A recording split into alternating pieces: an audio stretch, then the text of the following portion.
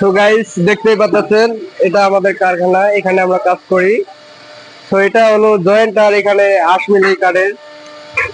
এই যে এইগুলো মনে করেন যে কাঠের আঁশ মিলাইছি, এটা হলো সিগনেচার, এখানে কাঠটা সিগনেচার করে ওই মাপ নিয়ে। তারপর আপনার এই যে এটা হলো কি বলে সার্কুলার। তারপর এই যে এই পাল্লাগুলো মিলাইছি, ঠিক আছে। এই যে এটা হলো কন্ট্রাক্টর আমাদের মামা, মানে এই যে আমরা দুইজনে পার্টনারে কাজ নিচ্ছে, এখানে আমরা হলাম কারিগর।